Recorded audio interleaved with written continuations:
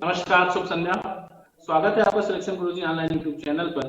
और UPP batch में हम आज फिर वो मैथमेटिक्स के इंपॉर्टेंट क्वेश्चंस जो अब तक यूपीपी के पेपर हुए हैं उनके एनालिसिस के बेसिस पे जिस ट्रेंड के क्वेश्चन बनते हैं उन ट्रेंड की क्वेश्चंस की सीरीज लेकर आके साथ डिस्कस करने के लिए आए हैं। तो स्टार्ट करते हैं आज का वीडियो। और जब थक जाओ तो आराम कर लो, लेकिन कभी हार मत। कभी जीवन में गिव अप नहीं करना चाहिए। जब आप लगे रहेंगे तो सफलता जरूर मिलेगी। यह विषय महत्वपूर्ण नहीं होता है सफलता के लिए कि आप बहुत अच्छे मस्तिष्क के हैं या आप थोड़े पढ़ने में कम है।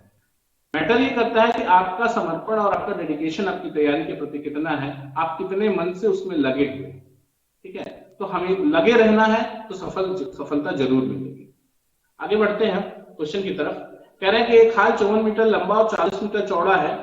उन बड़े से बड़े वर्गाकार पत्थरों की संख्या बताइए जो कि हाल के फर्श को पूरा पूरा ढक दे।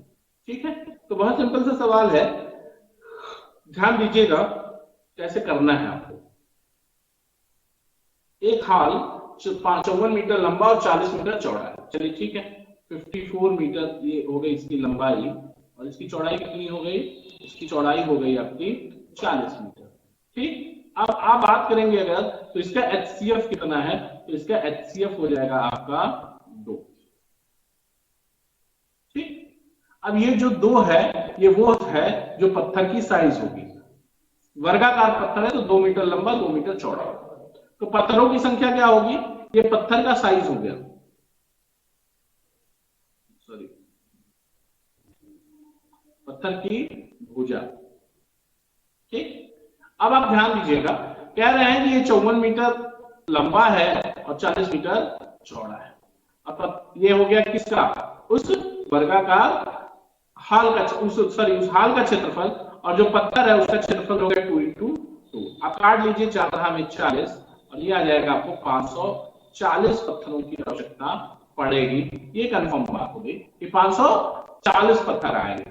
बात क्लियर हो रही है, फिर से समझ लीजिए। 54 मीटर लंबा और 40 मीटर चौड़ा हाल है और उस हाल में बड़े से बड़े वर्गाकार पत्थरों की संख्या पूछ रहा है जो उस हाल को पूरा पूरा कवर कर ले। तो कोई भी जो पत्थर होगा उसकी साइज जो होगी वो इस बात पर निर्भर करेगी कि लंबाई के भी अनुदिश पूरा पूरा सेट हो जाए और चौड़ाई के अनुदिश भी पूरा पूरा सेट हो जाए। यानी वह भुजा की जो लंबाई होगी वो 54 को भी पूरा पूरा काट दे और 40 को भी पूरा पूरा काट दे और बड़ी से बड़ी हो तो मासा निकाल लेंगे। तो 54 और 40 का मासा कितना हो गया, 2, और उसका 2 क्या हो गया अभी, ये 2 क्या है, वो पत्थर का साइज है, पत्थर का की भुजा है। और वर्गाकार है तो 2/2 का पत्थर हो गया और वर्गाकार और जो हाल है उसका क्षेत्रफल हो गया 54 × 40 बटा 2 × 2 यानी 540 पत्थर। अगला सवाल ध्यान दीजिएगा, एक व्यक्ति को किसी स्थान पर पैदल जाने सवारी से वापस आने में 6 घंटा 30 मिनट का समय लगता है। यदि वह दोनों तरफ सवारी से जाता तो उसके 2 घंटे 10 मिनट बच जाते, वह दोनों तरफ पैदल जाता तो उसे कितना समय लगता। सिंपल सा सवाल है, समझने की कोशिश करिएगा। ठीक है, क्वेश्चन को एक साइड कर यहाँ पे कर दे रहे हैं। कह रहे हैं कि एक व्यक्ति किसी स्थान से पर पैदल जाने और सवारी से वापस आने में 6 घंटा 30 मिनट लगते हैं। ध्यान दीजिएगा, पैदल प्लस सवारी ये बराबर कितना हो गया, 6 घंटा 30 मिनट। ठीक, अब क्या कह रहे हैं कि एक तरफ गया सवारी से और इतना बच जाता है। क्या कह रहे हैं कि यदि वह 6 घंटा 30 मिनट, यदि वह दोनों तरफ सवारी से जाता तो 2 घंटा 10 मिनट बच जाते। यानी इधर भी सवारी से जाए और इधर भी सवारी से जाए तो उसको कितना घंटा लगेगा, 2 घंटा 10 मिनट बच जाएगा, यानी 4 घंटा 20 मिनट में वो जाएगा। यही बात हो रही ना, 4 घंटा 20 मिनट में सवारी लग जाएगा उसको। ठीक, अब क्या करना है, इसका अंतर निकाल लीजिए आप।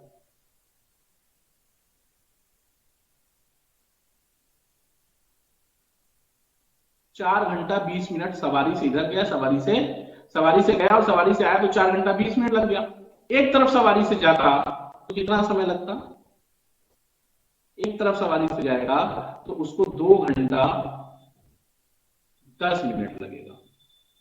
ठीक, तो एक तरफ सवारी से एक तरफ पैदल गया तो पैदल जाने में कितना समय लगेगा भैया, घटा दो इसको। पैदल जाने में उसको 4 घंटा 20 मिनट का समय लगेगा, 4 घंटा 20 मिनट।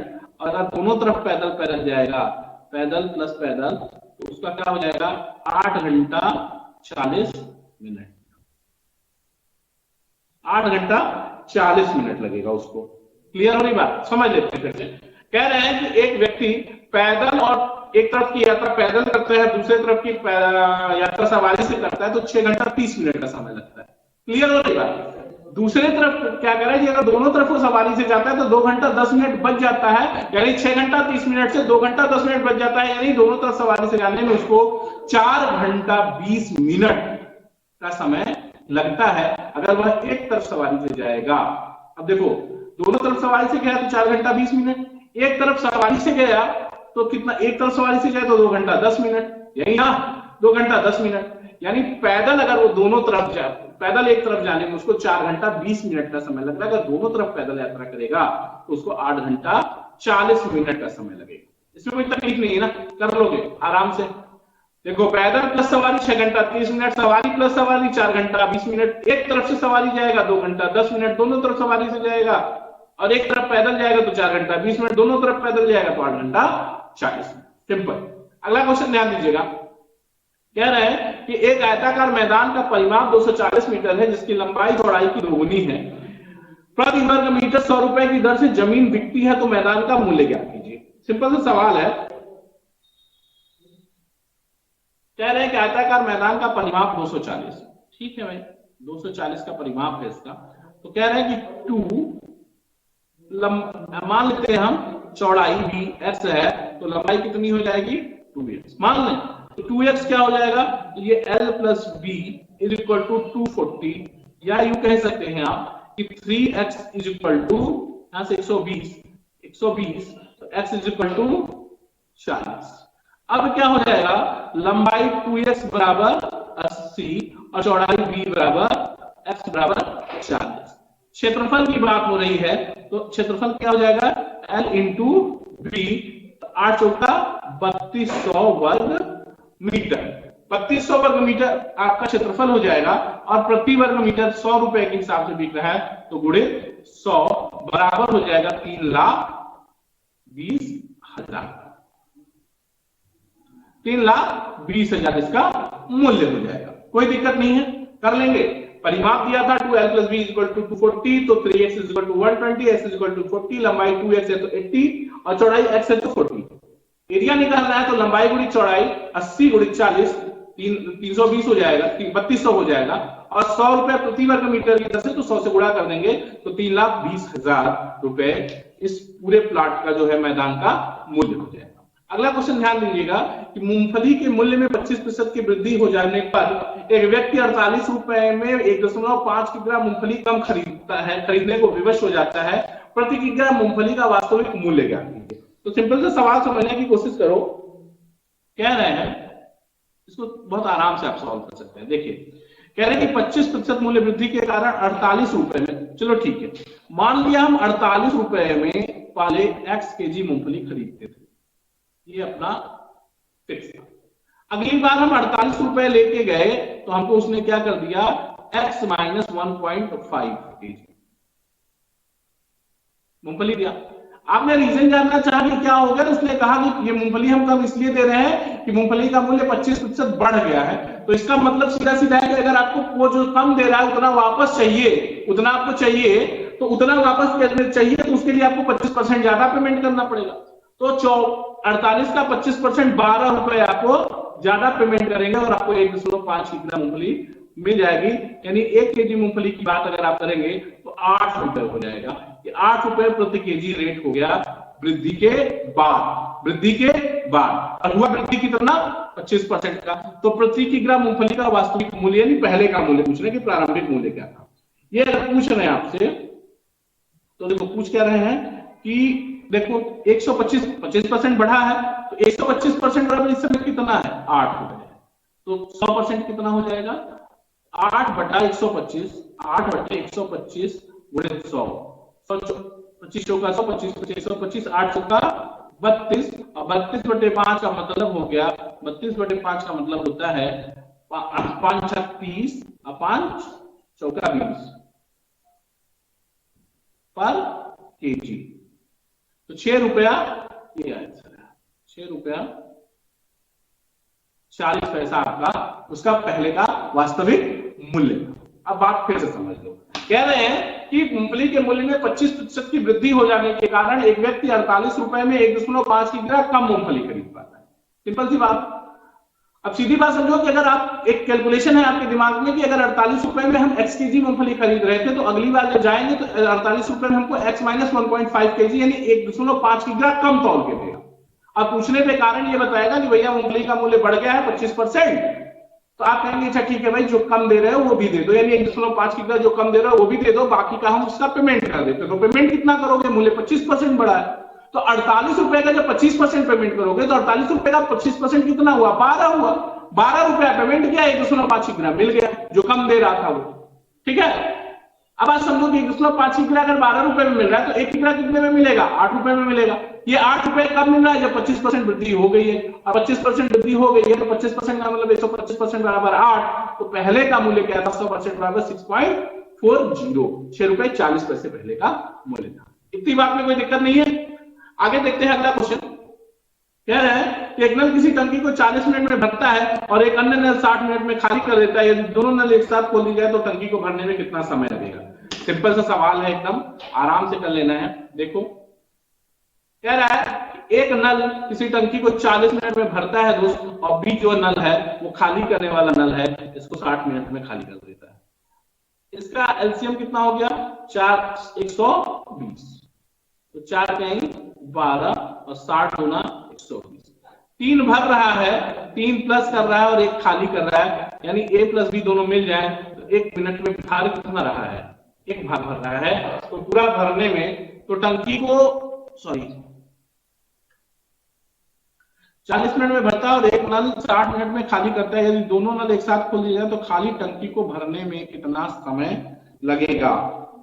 ठीक है, देखिए तो कितना समय लगेगा, ये 120 बटा 1 यानी 120 मिनट, 120 मिनट, और अगर घंटे में बदलना है तो ये 2 घंटा। ये ऑप्शन आपका सही। अगला क्वेश्चन ध्यान दीजिएगा। अगले क्वेश्चन के कह रहे हैं कि 11 परिणामों का औसत 40 है। यदि प्रथम 6 परिणामों का औसत 44 तो अंतिम के 6 परिणामों का औसत 36 हो तो छठा परिणाम क्या है। बहुत सिंपल सा सवाल होता है, देखिए एवरेज का, इसमें कुछ भी नहीं करना होता है, बहुत आराम से आप इसको देख लीजिएगा। कैसे कह रहे हैं, कह रहे हैं कि 11 परिणामों का औसत 40, चलो मान लिया ये 40 तक 40 हो गए, ये बेस है, ये बेस एवरेज है। ठीक है, कह रहे हैं फर्स्ट 6 का एवरेज कितना है, 44 है, यानी बेस से कितना ज्यादा है भाई, इससे कितना ज्यादा है, +4 है, यानी 6 चौके 24 +20। और कह रहे हैं कि लास्ट 6 का 36 है, लास्ट 6 का एवरेज कितना है, 36 है, तो ये कितना कम है, -4। ये 6 चौके 24, योग में भी -4 24, बस इसी तीनों को जोड़ लीजिए, +24 -24 से कट जाएगा और इसका जो परिणाम आएगा, इसका जो छठा संख्या आएगा वो 40 आएगा। ठीक है, समझो बात को, फिर से समझो, ये बहुत अच्छी ट्रिक है इस तरह के क्वेश्चंस को करने की, और इस तरह के क्वेश्चंस एग्जाम के एकदम ट्रेंड में आ सकती है। एक क्वेश्चन आप श्योर मान के चलिए कि ये क्वेश्चन आपको मिल जाएगा। 11 परिणामों का औसत कितना है, 40। ये पूरे 11 संख्याओं का ये बेस एवरेज है, इसको मान लिया 40 हो। उस 11 में से पहले 6 संख्याओं को सॉर्ट आउट किया तो उसका औसत 6 है, यानी 40 बेस एवरेज से 4 ज्यादा है, यानी योग में 24 बढ़ गया। और लास्ट 6 को लिया तो वो योग 36 हो गया, वो योग से 4 कम हो गया, यानी 6 चौके 24, योग में 4 कम कर दिया। यानी अब इसको जोड़ोगे तो ये जो छठवीं संख्या होगी,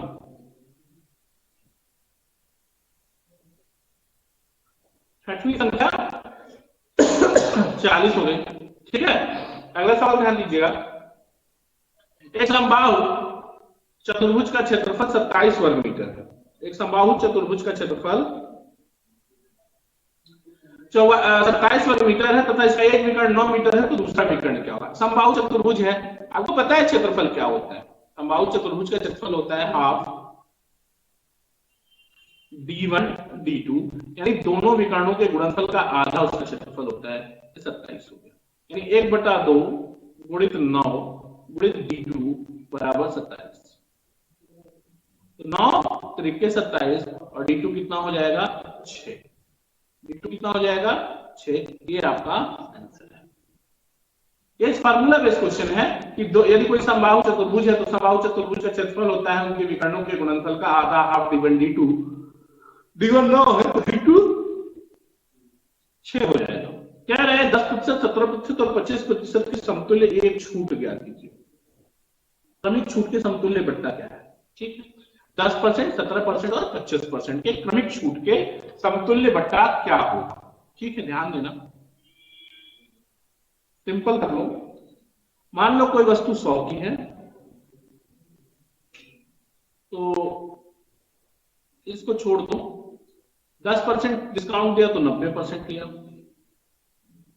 17% डिस्काउंट लिया तो 83% दिया, 83% और फिर 25% डिस्काउंट दिया तो 75% लिया। ये पूरा जब आप ऑल टुगेदर सॉल्व करते हैं तो ये आपको मिलता है 55.125, यानी 100 रुपए का वस्तु 55.125 में मिलता है। यानी अप्रोक्सीमेट अगर आप डिस्काउंट समतुल्य बट्टा की बात करेंगे तो वो अप्रोक्सीमेट कितना 100 माइनस 55 45 और ये दशमलव, तो लगभग 44% का आपको आंसर मिलेगा। ये समतुल्य बट्टा, ठीक है। कोई दिक्कत नहीं आता, अगर कोई दिक्कत होती है तो आप हमारे कमेंट सेक्शन में जरूर बताइए। अगला क्वेश्चन ध्यान दीजिएगा कि P एक कार्य के 5/8 हिस्से को 15 दिन में, Q उसी कार्य के 3/4 हिस्से को 30 दिन में पूरा करता है। उन्होंने 8 दिनों तक एक साथ कार्य किया और फिर P ने कार्य छोड़ दिया, Q अकेले शेष कार्य को कितने दिन में समाप्त करेगा? वो सिंपल सा सवाल, समझिएगा इसको कि कितने दिन में समाप्त करेगा। ठीक है, देखो सिंपल सा सवाल समझने की कोशिश करो।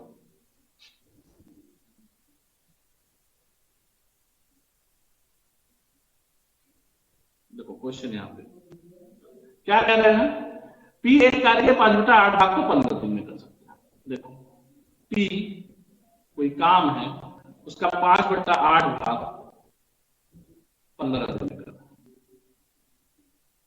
तो पूरा काम कितने दिन में करेगा? 8 तरीके 24 दिन में कर देगा भाई। 5/8 काम 15 दिन में, तो पूरा काम कर देगा 5 से 15 8 तरीके 24 दिन में। और कह रहा है क्यों उसी काम के 3/4 भाग को, क्यों उसी काम के 3/4 भाग को कितने दिन में कर रहा है? 30 दिन में कर रहा है, तो पूरा काम 40 दिन में निपटा। ये बात क्लियर हो गई। 30 दिन में पूरा, उन्होंने 8 दिनों तक साथ काम किया और फिर P ने काम छोड़ दिया, Q शेष कार्य कितने दिनों में पूरा करेगा? ठीक है, 24 का और 40, P किसी काम को 24 दिन में और Q उसी काम को 40 दिन में कर सकता है। इसका एलसीएम हो गया 180, 24 120, सॉरी 120, एलसीएम कितना हो गया 120, एलसीएम हो गया 120 और 120 हो गया तो एक दिन का P का काम हो गया 24 25 120 और Q का एक दिन का काम हो गया 40 3 820। यहां तक कोई दिक्कत नहीं है। कह रहे हैं दोनों ने मिलकर 8 दिन तक काम किया, चलो दोनों ने मिलकर 5 और 3 8 काम किया, और कितने दिन तक किया? 8 दिनों तक किया, तो 8 × 64 काम किया, 64 काम किया। शेष काम क्या बचा?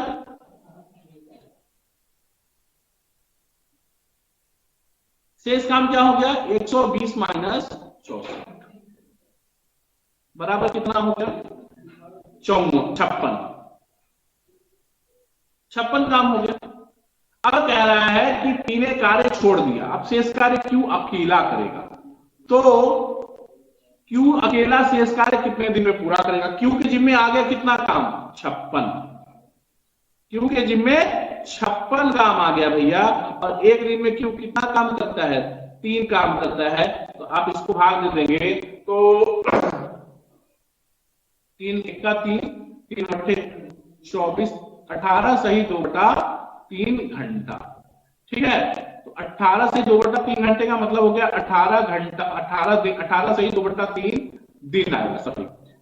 ठीक है, इसका मतलब हो गया 18 दिन और 2/3 दिन का मतलब हो गया 16 घंटा, 16 घंटे। बात को आप फिर से समझ लीजिए। सिंपल सी बात यह है कि ये पहला ऑप्शन आपका सही हो गया। देख लीजिए, पी किसी काम के 5/8 भाग को 24 दिन में कर सकता है। भैया देखो, 5/8 अगर आप 24 दिन में करा सकते हो ना, तो पूरा एक करने में 24, उसको लग जाएगा 15 दिन, सॉरी 15 दिन में कर रहा है, तो पूरा करने में उसको 24 दिन लगेगा। क्यों क्या कर रहा है, 3/4 काम कितने दिन में कर रहा है, 30 दिन में, तो पूरा काम करने में 40 दिन लगेगा। तो इतना समीकरण तो सेट हो गया। तो पी उसी काम को, पी उस काम को 24 दिन में करेगा, पी उस काम को 40 दिन में करेगा, एलसीएम 120। पी का एक दिन का काम हो गया 5 और क्यू का एक दिन का काम हो गया 3, दोनों का मिलकर एक दिन का काम हो गया 8, और दोनों ने मिलकर 8 दिन तक काम किया, तो 8/64 काम निपटा दिया। शेष काम कितना बचा, 120 माइनस 64 यानी 56 का। अब इसको क्यू अकेले कितने दिन में कितने समय में पूरा करेगा, यही सवाल है। तो क्यू बराबर कितना हो गया, 56/3, 18 3 54 और 2/3, 18 से 2/3 दिन। ऑप्शन घंटे में दिया है तो 18 पूरा दिन और 2/3 दिन का मतलब 16 घंटे। यहां से कोई तकलीफ हो तो बताइए, कोई दिक्कत नहीं ना। ठीक है, आगे बढ़ते हैं। अगला क्वेश्चन ध्यान दीजिएगा कि एक मनी बैग में 1 रुपए, 2 रुपए, 5 रुपए के सिक्के हैं, यदि सिक्कों की संख्या का अनुपात 4 3 2 है और बैग में कुल धनराशि 500 है, तो उसमें 2 के सिक्कों की तो 2 के सिक्कों की कितनी धनराशि है। सिंपल सा सवाल है, समझने की कोशिश कीजिए। ठीक है, इसको ध्यान दीजिए। देखो, कह रहे हैं एक मनी बैग में 1 रुपए, 2 रुपए, 5 रुपए।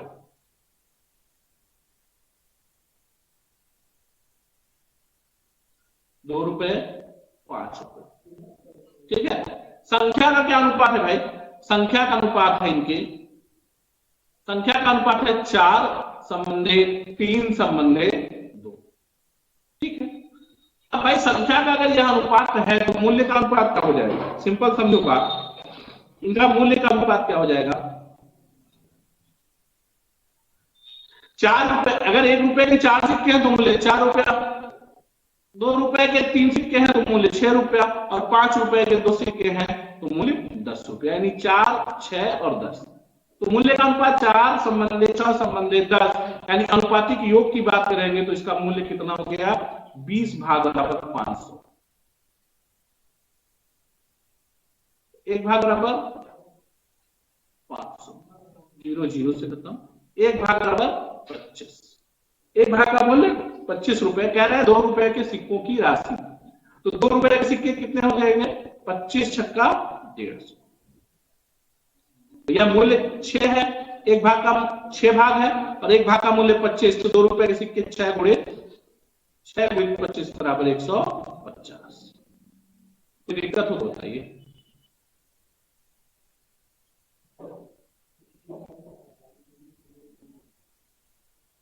ठीक है, ध्यान दीजिए, 150, ये आपका सी ऑप्शन करेक्ट हो गया। ठीक, अगला क्वेश्चन ध्यान दीजिएगा। कह रहे हैं कि एक कार डीलर ने 1,08,500 में पुरानी कार खरीदी और उसकी मरम्मत पर कुछ राशि खर्च की। उसने इसे 1,56,250 में बेच दिया, जिससे उसे 25% लाभ हुआ। कार की मरम्मत पर उसने कितना रुपया खर्च किया। सिंपल सा सवाल है, समझने की कोशिश करिए कि पहले तो सीपी कितना हो गया ये देखिए। कह रहे हैं कि एक डीलर ने 1,08,500 में पुरानी कार खरीदी और उसकी मरम्मत पर कुछ रुपया खर्च किया। चलो ठीक है, 1,08,000, ठीक है, 1,08,500 में कार खरीदी गई, 1,08,500 में कार खरीदी और सपोज कर लीजिए कि x रुपए के रिपेयरिंग पे खर्च कर दिया, तो इसका सीपी। उसकी मरम्मत पर कुछ राशि खर्च करके कितने में, 1,56,250 में बेचा, जिसे 25% लाभ हुआ, यानी 125% बराबर कितना, 1,56,250। तो सीपी 100% कितना हो जाएगा, कितना हो जाएगा, 1,56,250 बटा 125 गुणित 100, 25 चौका 100, 25 25 125, 5 से ये भी कट जाएगा, 5 से 15, 5 1 5, 5 दूनी 10, 2 5 25 0। ठीक है, 4 से फिर 5 से कट जाएगा, 5 से काट लेंगे तो 5 36 1, 5 5 36 1 2, 5 दूनी 10, दोबारा 5 25 0। और ये आ जाएगा 4 0 0, 4 25 2, और 4 दूनी 8 2 10 10, 1 4 24 25। तो कितना आ गया ये? 1,25,000, 31,250। 25 से 5 से काटा एक बार,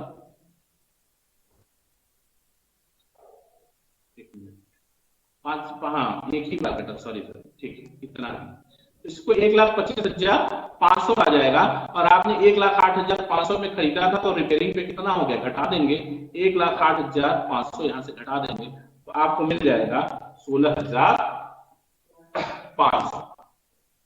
तो रिपेयरिंग का कॉस्ट कितना मिल गया, 16,500। ध्यान से समझिए कि अगर कोई कार 1,08,500 में खरीदी गई और उस पर x रुपया उसके रिपेयरिंग में खर्च किया गया, तो 1,08,500 प्लस x, ये उसका क्रय मूल्य हो गया, सीपी हो गया।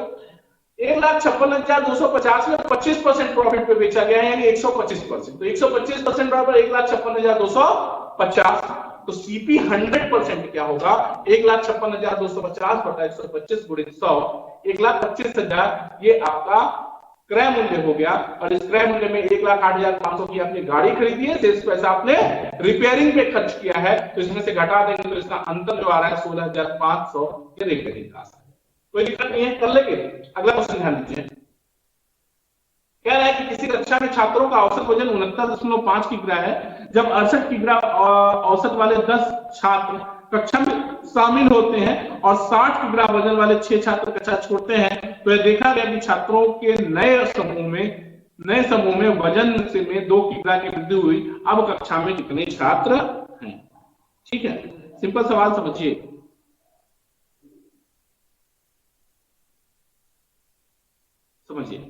कह रहे हैं कि किसी कक्षा में छात्रों का औसत वजन 69.5 केजी है। जब 68 किग्रा औसत वजन वाले 10 छात्र कक्षा में शामिल होते हैं और 60 किग्रा वजन वाले 6 छात्र कक्षा छोड़कर जाते हैं, तो यह देखा गया कि छात्रों के नए समूह में वजन में 2 किग्रा की वृद्धि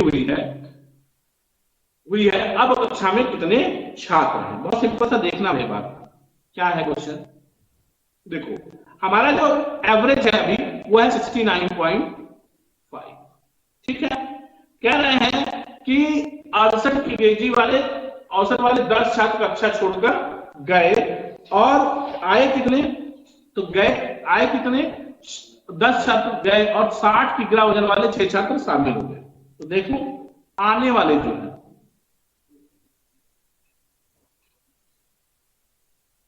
आने वाले क्या किए, 68 यानी 1.5 किग्रा, 1.5 भाई देखो 68 औसत है उनका, यानी 68 और 69.5 का अंतर कितना है, 1.5, 1.5 में 10 लोग हैं, 10 यानी योग में -15 हो गए। और यहां क्या कह रहा है, जाने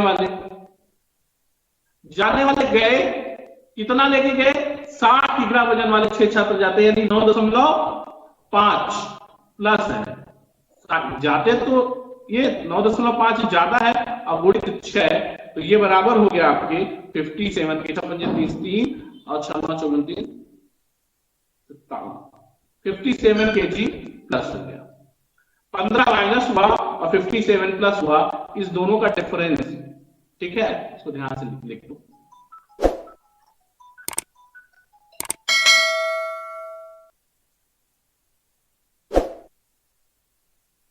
इसको आप करेंगे ये 57 और इसका अंतर आ गया आपको 157 और 15, इसका अंतर आ गया आपका 42। ठीक, और 2 किग्रा वजन बढ़ा है, तो औसत में 2 किग्रा की वृद्धि का, ये योग में 2 की वृद्धि है, औसत में 2 की वृद्धि है, तो कितने के हेड पे बढ़ा होगा, 21 के हेड पे, यानी संख्या इस समय कितनी है, 21। ध्यान दीजिएगा, फिर से क्वेश्चन समझिए। कह रहे हैं कि कक्षा में कोई समूह है, कोई क्लास है या छात्रों का कोई समूह है जिसका औसत वजन 69.5 है। इसमें आए कौन से? 10 आए जिनका औसत 68 था, यानी जो औसत आपका मूल एवरेज है 69.5 उससे भी 1.5 कम था, और गुणित 10 यानी औसत योग में कितना कम कर दिए? 15 डिग्री कम हो जाएगा। और इधर क्या कह रहे हैं कि जो गए वो 60 के थे, जो गए वो कितने के थे? 60 के थे, 60 का एवरेज लेके गए, यानी जो मूल एवरेज है उससे 9.5 छोड़ गए। 9.5 छोड़ गए तो योग में कितना छोड़ गए? 57 छोड़ गए। 15 माइनस लेके गया और 57 छोड़ के गया, तो यानी 42 योग में बढ़ा। और जब योग में 42 बढ़ा है और औसत में 2 बढ़ा है, तो कितने लोगों के स्तर पे बढ़ा होगा पर हेड वैल्यू? 21 लोगों पे 42, कितने लोगों पे कितने 2 हो जाएगा?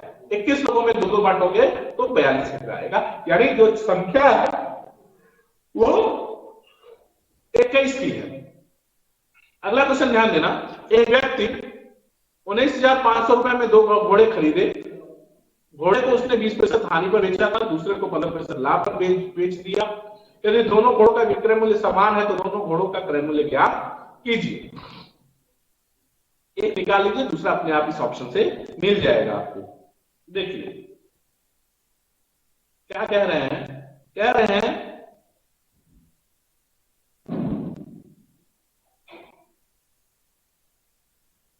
एक व्यक्ति 19,500 रुपए में 2 घोड़े खरीदे, ठीक है,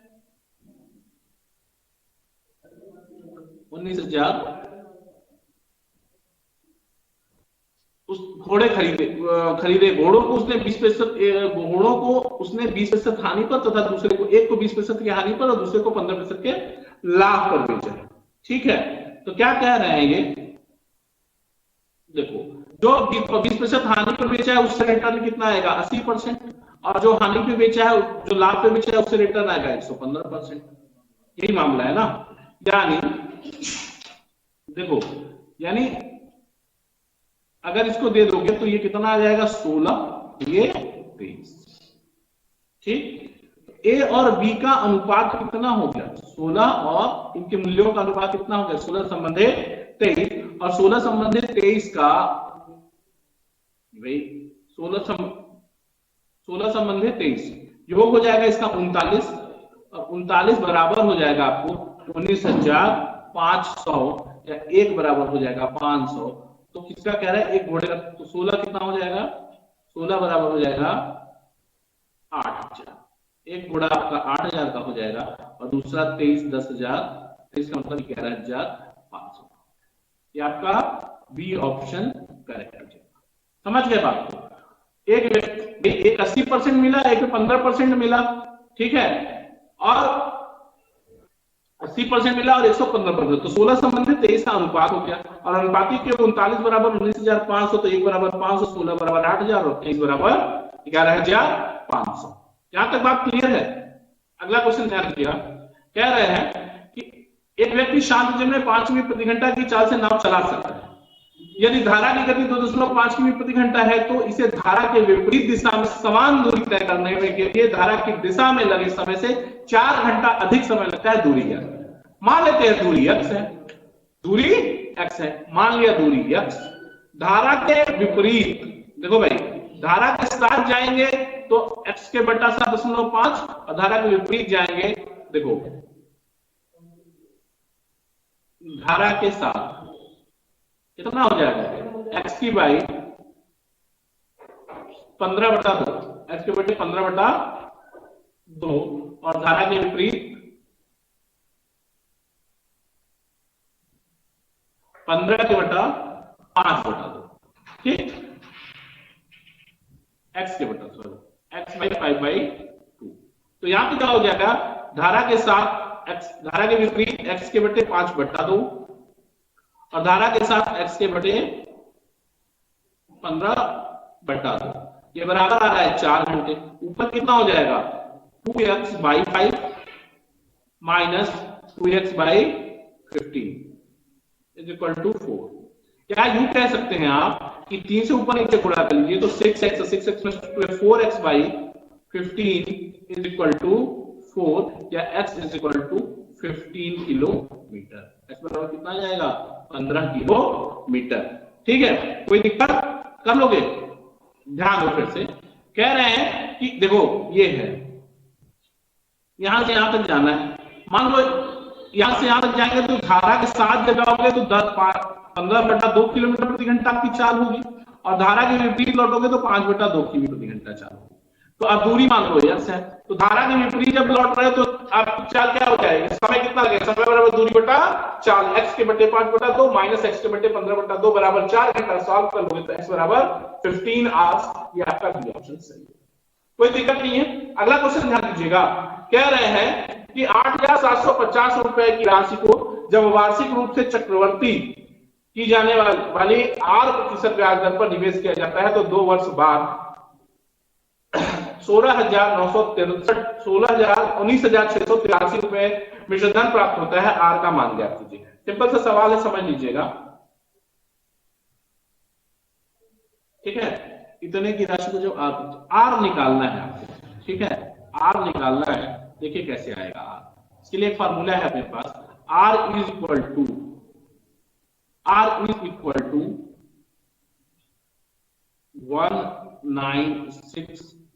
19,683 by 1687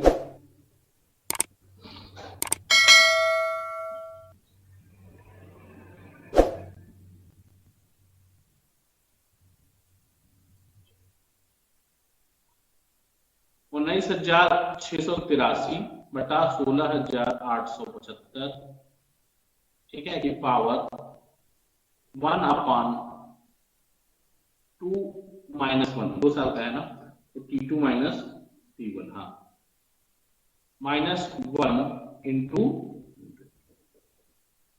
ठीक है। अब ध्यान दीजिएगा 3 से काटते हैं, 3 से काटिएगा, 9 9 1 10, 10 6 16, 16 8 24, 3 27, 3 से काटिए, और ये भी 4, ये भी कट जाएगा, 6 1 7, 8 7 15, 15 15 5 20 27, 3 से काटिए, 3 4 18, 1 3 5 15, 1 3 4 18 और 3 का 3, फिर काटिए, 3 5 15, 1 3 6 18, 3 दूनी 6, 3 5 15, फिर कट जाएगा 6 और 11, 6 12, 6 12, ठीक है। तो 6 5 11, 12 13, 13 5 18, 6 5 11, 11 6 17 18, 3 से फिर कट जाएगा, तो 3 दूनी 6, 3 का 3, 2 3 8 24, 3 7, इसको फिर से काट लेंगे, ध्यान दीजिएगा, 3 से आप कट करिए, 3 दूनी 6, 3 का 3 2, 3 8 24, 2 3 7 21, फिर ये 3 से करेगा, 3 का 3 2, 3 8 24, 2 3 7 21 और 3 बचे 15, ठीक, फिर कट जाएगा, 8 1 9, 9 7 16, 16 नहीं 8 7 15, 5 20 21, ठीक है, और 8 1 9, 9 2 11, 18, फिर कटेगा, 3 4 18, 3 दूनी 6, 3 5 15, 625, और ये कटेगा, 3 7 21, 3 7 21, 3 दूनी 6, 3 9 27, अब आ गया मामला, R इज इक्वल टू आ जाएगा आपका 729 के बटा 625 की पावर 1/2 -1 इंटू 100। अब ये बराबर हो रहा है क्या, देखो ध्यान से, 729 हो जाएगा, 26 27, 27 बटा, मूल निकालोगे तो 27/25 -1 इंटू 100, यानी ये सॉल्व कर लोगे आप तो 2/25, 2/25 गुणे 100, 25 चौका 100 और 4 दूनी 25 चौका 100, 4 दूनी 8, ठीक है। तो इस तरह से थोड़ा सा कैलकुलेटिव क्वेश्चन था, आप कर लेंगे, ठीक है, कैलकुलेशन से सॉल्व कर लेंगे। तो इस तरह, इसका फार्मूला क्या है मैं आपको डिस्कस कर दूं। फार्मूला देखो बेसिकली ये है, R is equal to A2 by A1 की power 1/T2 minus T1 -1 into 100, into 100। कोई दिक्कत नहीं, कर लो, कोई यही फार्मूला है भाई आपका, यही आपका फार्मूला है। ठीक है, सलेक्शन गुरुजी में यूपीपी के बैच में आज इतना ही। कल फिर आपसे मुलाकात होगी यूपीपी के बैच के बहुत से इंपॉर्टेंट क्वेश्चंस के साथ, जिसमें को हम डिस्कस करेंगे आपके साथ, और जो मैथमेटिक्स के पॉइंट ऑफ व्यू से बहुत, पेपर के पॉइंट ऑफ व्यू से और मैथमेटिक्स के पॉइंट ऑफ व्यू से बहुत ही आपके लिए अच्छे रहेंगे और आप बेहतर परफॉर्म कर पाएंगे एग्जाम में। तब तक के लिए देखते रहिए सलेक्शन गुरुजी। जय हिंद, जय भारत।